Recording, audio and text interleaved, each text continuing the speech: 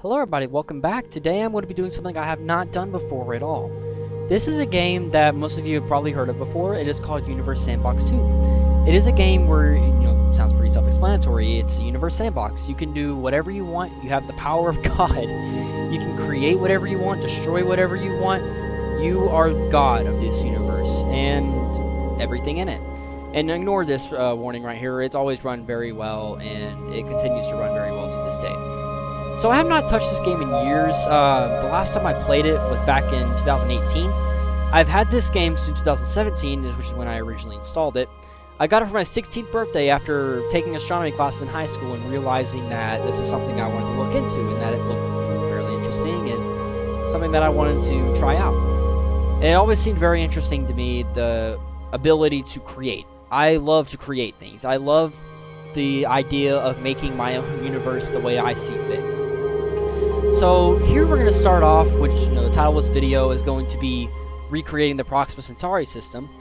But why not? We're in no rush, so why not create some sort of disaster? Why not create something or a scenario that can resemble a disaster on Earth? So I know that most people out there who have played this game always involve destruction, but today I'm going to be doing something completely different that you probably have not seen before. So here we got big, beautiful Earth. Well, big, relatively speaking, but it's actually quite a small planet. As you can see, it's only, of course, 1 unit of measurement of Earth. Forgive me, I have not played this game in years. I just had a major update installed onto this game, so there's a lot that I have not been aware of. There's a lot of features that I'm kind of new to, such as this. This is new. Before it was only in kilograms, this big number that I don't even know how to say. But now apparently they simplified things to just an Earth. So that's good to know. Today, what I'm going to be doing disaster-wise, I'm going to make it rain hell on Earth. Sounds fun, right? I mean, for these poor Earthlings, maybe not, but let's just see what we can do. So here we got the compositions, which some of this seems fairly new as well. I don't recognize a lot of this. Here we got, okay, it measures in the size of ocean. What?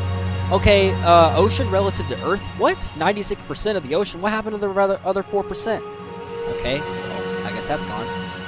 But it currently is 13.3 degrees Celsius on the Earth on average, and it is 6,371 kilometers across in radius, and 5.51 grams per cubic centimeter square. Oh, sorry, I don't know why I said that. Grams per cubic centimeter. Forgive me. And it is moving through space, whipping at around 29.3 kilometers a second, which is the equivalent of around 1,000 kilometers an hour. But we're gonna do something new.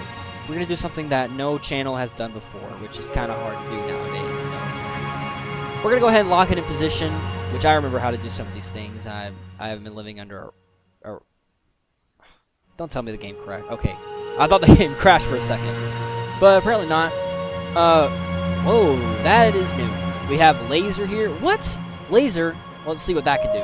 Okay. We have the preset here. This is all completely new to me. What happens if I click? Oh, it just generates a giant laser, of course. Oh! What did I just do? What? Okay, I just killed millions of people, seemingly not knowing what I was doing. Okay, so this is a relatively new feature. I know that for sure. Before we weren't able to incinerate entire continents with just a laser and a click of a mouse. But apparently now you can do that. Okay. What happens if... Okay, that looks very hot. That would not be fun for any North Africans living there. So now what we're going to do is play with this laser feature. I want to test that out first. Let's just see what's going to happen here. If I do the highest setting, magic cold laser, let's see what that does. Okay. Does nothing. Okay, it doesn't look like it's actually doing anything. I mean, the Earth's cooling down. It looks like it's a cold laser, so we don't know what... I mean, at least I don't know what's happening. Oh! Whoa! Whoa, that is hot. That is very hot. The Galactic Empire. Let's just see what these people were doing with that. Exactly. Oh! Did I just zoom out? Did I zoom out? No. The Earth is just very tiny now. The density has changed greatly. It is now way more dense than it was before. It is 530 kilo. Okay, that is puny. It is about Okay, so it is 0.000962 Earths. I don't know what number that is percentage-wise. I know it's just 0.000962%. Hold on. Okay, so I did something. I did something that's very bad. I've most likely killed everyone on Earth. There's no oceans, there's no atmosphere, but for some reason, trees managed to stay around. The planet's superheated to around 10,000 degrees. I know that for sure. Okay, so I have it on pause at the moment, and it is currently rotating at normal speed. Everything should be pretty much normal besides the temperature, density, size, and mass. It's not moving at all, but it says it's moving at 29.3 kilometers a second, which is kind of odd. But now what we're going to do is select a new simulation. Let's see what we got here. We're going to open back up our solar system. Our home. What can we do to our home that is destructive? Let's see. Hold on. Stop it. Okay. So now we got Earth. We got big, beautiful Earth. The beautiful marble in which we all live. Okay. It looks pretty normal, right? Everyone's having a good time and enjoying life and just living it up. Okay. So what's going to happen if we decide to change something about it? All right. For starters, we're going to go ahead and lock it in position so we don't constantly lose it. So hold on. Okay. Now, one thing in the past that I did see, or that I did try, was trying to launch stuff at the speed of light at Earth, or at any other planet for that matter. I know that a lot of this game has changed. A lot about it has changed. There's nothing that is actually similar as far as, you know, the whole physics part goes. I know collision physics and impacts have changed a lot and dramatically. But what we're going to try is launching something at Earth at the speed of light. So why not start with something small? Okay, so here are the smallest moons we have available, readily available, are Deimos and Phobos. Okay. Deimos and Phobos are the Martian moons. This is the smaller of the two. And apparently, according to astronomers, in ancient times, when the solar system was first beginning to get formed, Mars apparently captured two large objects as their own moons. And if you don't remember, back in December and January, when we had our own second moon for a short period of time, that's because of something called gravitational locking. When we lock onto another object that's moving by, and its orbit changes to orbit us, rather than the sun. However, that was only temporary, and we no longer have that moon as our companion. So, let's go ahead and start by launching this object at Earth at the speed of light. Okay? We're going to change it, no, not 2. We're going to change it to 1. 1%, no, 1 times the speed of light, my bad. Okay, so we can slow it down. I know that if you launch it at normal speed, what's going to happen is it's going to end up passing through the Earth and nothing will happen. And now we're going to try launching this at very, very, very, very, very slow speed. Okay, 200 milliseconds per second sounds pretty reasonable. We're going to go ahead and start by launching this at Earth. From my previous test run, what ended up happening whenever I launched an object this speed at the Earth while it was this fast, nothing happened. I mean, it impacted the Earth, but nothing really changed. Everything remained intact. There was just a little crater. But now we're gonna, oh, whoa, wow! Oh my god! God damn! I did not expect that at all. Okay, I'm surprised it didn't just pass through the Earth in general. Okay, so now the Earth, oh, it is at 1,907,374 degrees Celsius, and it is totally hot. It is burning up. I'm sure they're not living it up on Earth anymore. They're probably all dead. Yep, they're all dead. I'm just impressed that there's still snow on it. Like, I don't know how that's possible. That's an average temperature, which means that everywhere on Earth is around 1.9 million degrees Celsius, which converted to Fahrenheit, which is probably much higher. Yeah, it's 3 million. So what we're going to do now is we're going to watch what happens. We're going to speed it back up, and we're going to wait for time to pass. So let's just see what happens here. Oh, it's just gone. Okay. Earth is just gone. It's just a bunch of dust now. I wonder where all those people went. They probably just got incinerated. Poor people. They didn't know what hit them. Literally, like, you would not know that happened until it actually happened, and then you probably wouldn't have enough time to react because then you'd be dead. Because that is not anything to joke about. That is a pretty damn serious impact. That would kill everyone and everything on a planet. So now we're going to go ahead and open up another simulation. And before we actually decide to do what this video was made to be, to recreate the Proxima Centauri system, we are going to launch something at Earth at the speed of light. But this time it won't be something so puny. We're going to launch the moon. Let's just try that on for size. Okay, let's go ahead and lock it in place like we have previous times. Prior to this, when I launched the moon at the Earth, not much happened either. It created a new ocean in South America, which is where, you know, the impact happened at. Okay, so now we have a still Earth that's moving, not at all, but it's rotating very rapidly. But, you know, relative to us, it's not at all. And see, it's moving at regular speed. This is 3 hours per second, by the way. So what we're going to try now is launching an entire freaking moon at the Earth at the speed of light. Okay, our moon to be specific. Okay, we're moving at the speed of light. Yes, we are. And we're going to go ahead and slow it back down to a very, very, very, very slow speed. At around... oh my gosh, that is 1 millisecond per second. But before it, like, launched way too quickly. So, yeah, we're going to have to figure out a way to fix that. Oh my gosh. Alright. Now we're going to watch what happens. The moon, our companion, our bastion of hope, the first body in our cosmos that we explored apart from our own world. Let's see what happens when it hits our Earth at the speed of light. Okay, we're going to slow it down for dramatic purposes. Okay. Alright, that seems a little too slow, but let's see what happens. I have a feeling it's not going to be very good. Okay, instant annihilation. The Earth is dead. Oh my gosh.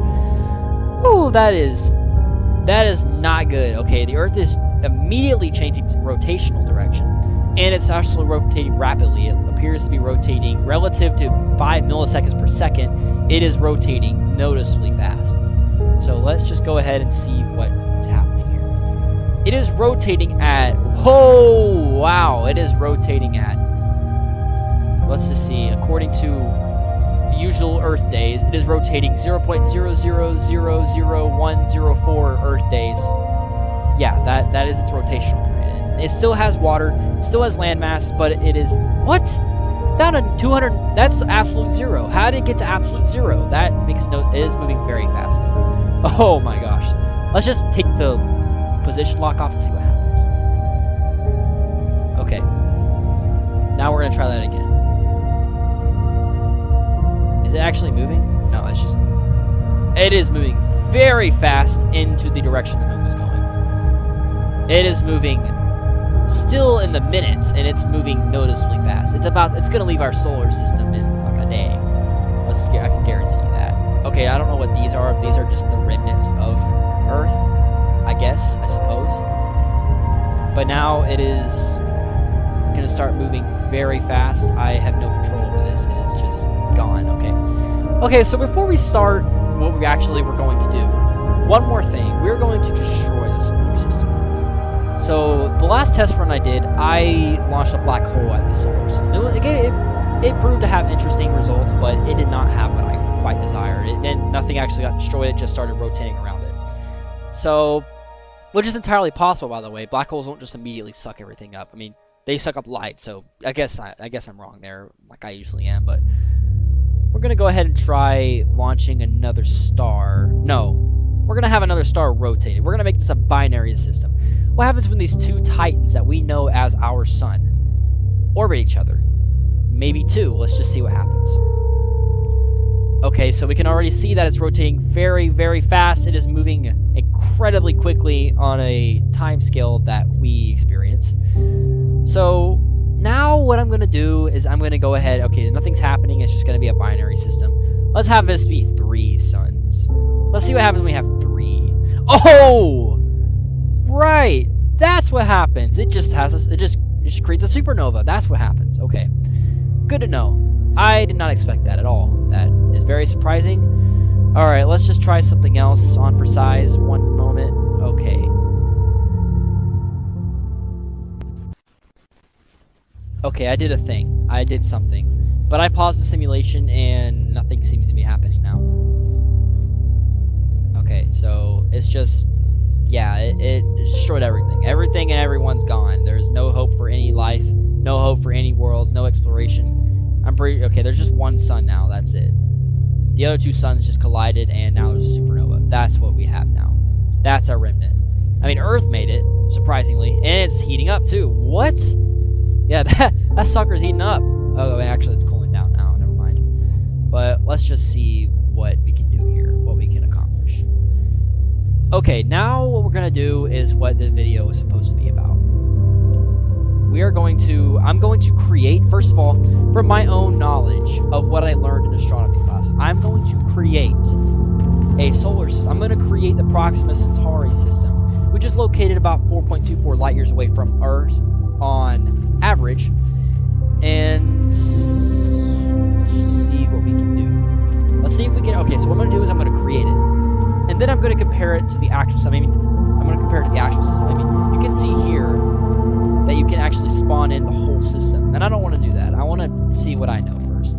This is just a game of testing my knowledge of systems that already exist. So we're showing a habitable zone currently, and we're going to go ahead and place down. No, not Earth. I almost placed down. Okay, Proxima B. So we currently know about 2 planetary bodies that orbit this star. It is a red dwarf star, and it has a very low energy output compared to that of our sun. So we can't really see it from Earth without advanced technology, but we know it to be the closest due to spectroscopy, something like that. I don't know. But here, from what I know, Proxima B orbits the star in the habitable zone around 7 million kilometers from the star on average. So let's just go ahead and plot this down. Okay, so the simulation's playing at currently 1 hour per second on average. But we're going to go ahead and see how this does. I know the orbital period should be around 11 days. If it's 11 days, then I should have had it right. Let's see. Oh! Almost right. Almost. 0.4 days off. I don't know how much 0.4 equivalents to 24 hours, but we're just going to go ahead and go with that. Okay, so now we can go ahead and spawn in Proxima C. Okay, so I know that Proxima C isn't a pre-made planet in the game because it was recently discovered. So we're gonna go ahead and plop in a planet and see if we can go ahead and create the most similar thing to it. I'm gonna go ahead and start off with a Mercury. I know that it has a mass that is roughly the size of Earth, or if not larger, 3 to 10 times the size of the Earth. It orbits right outside the habitable zone in the colder zone. So what we're going to go ahead and do is we're going to go ahead and place down this Mercury. And we're going to go ahead and see what we can do to it. Let's just see. Got here. We're going to go ahead and do a position lock so I don't lose it while I'm trying to see what effects it has. But let's just... Okay, so now we got this. We got this Mercury. And the atmosphere... The sun is reflecting an orangish color onto the surface due to... Not the sun. Forgive me. Proxima Centauri is reflecting a reddish color onto it because of the energy output that it has, which is closer into the red portion of the spectrum. So what we're going to go ahead and do is disable habitable zone because it's at the equator and it's very annoying. And we're going to go ahead and try and make it as similar to Proxima C as we know of. So if it's anything like the system I'm about to put down in a couple moments, then I should have had it right. And I will be happy with myself. But of course, I'm kind of dumb, so I'm not sure if I'll get it right the first time. So we're going to go ahead and give it some water. I don't know if it has water or not, but actually, let me go ahead and look this up. Hold on. Okay, so it doesn't have any sort of water on it. I don't know what I'm talking about or what I'm thinking. Okay, let's go ahead and change the composition back to none. Yeah, that's better. Okay, so it still has some water on it, but we're trying to ignore that for now. And if I can change it to roughly 3 Earths, then I should be good there. It is a massive body that is orbiting around its star, Proxima Centauri. Okay, so we know that Proxima Centauri is part of a triple binary system. A binary system is a system in which 2 stars rotate around each other, but a triple binary system is where 3 stars orbit each other around a center of mass. And I don't have the other stars here, but I'm just going to go ahead and place down, and that's way too complicated. I'm just going to go ahead and place down what I know of, which is not much.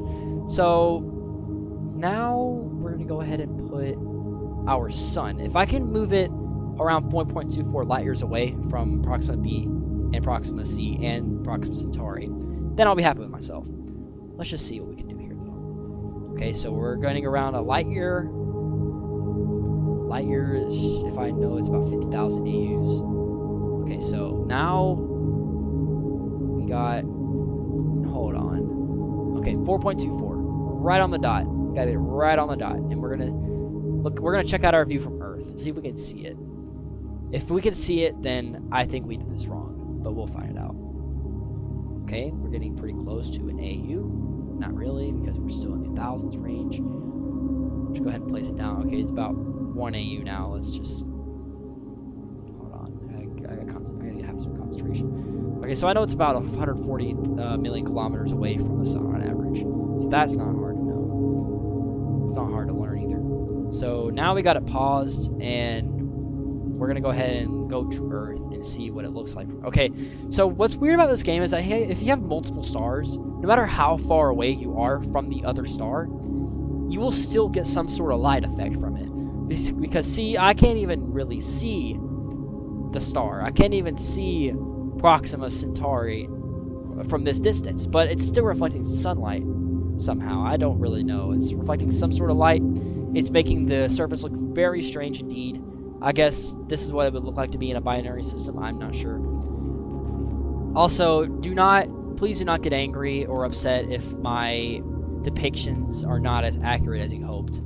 I am not the smartest or brightest YouTuber out there. See, everything should be pretty normal apart from the cosmic radiation of the sun, which seems to be, as if it's the only body in the solar system it could be getting bombarded by who knows how much solar radiation.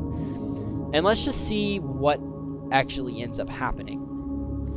Okay, I'm gonna go ahead and speed this up right here. Okay, so the sun and Proxima Centauri are pretty far apart, but let's just see what happens if we end up speeding it up. We needed to go way faster than this. Let's try to get it to go to the hundreds of years. Okay, millions. Let's get it to millions. Okay, let's get it to G years, which I think is billion. I'm not sure. Okay, so let's just see what happens. Okay, literally nothing. Okay, that's comforting. Does it have an orbital? Let's just see. I should have checked to see if it has an orbit.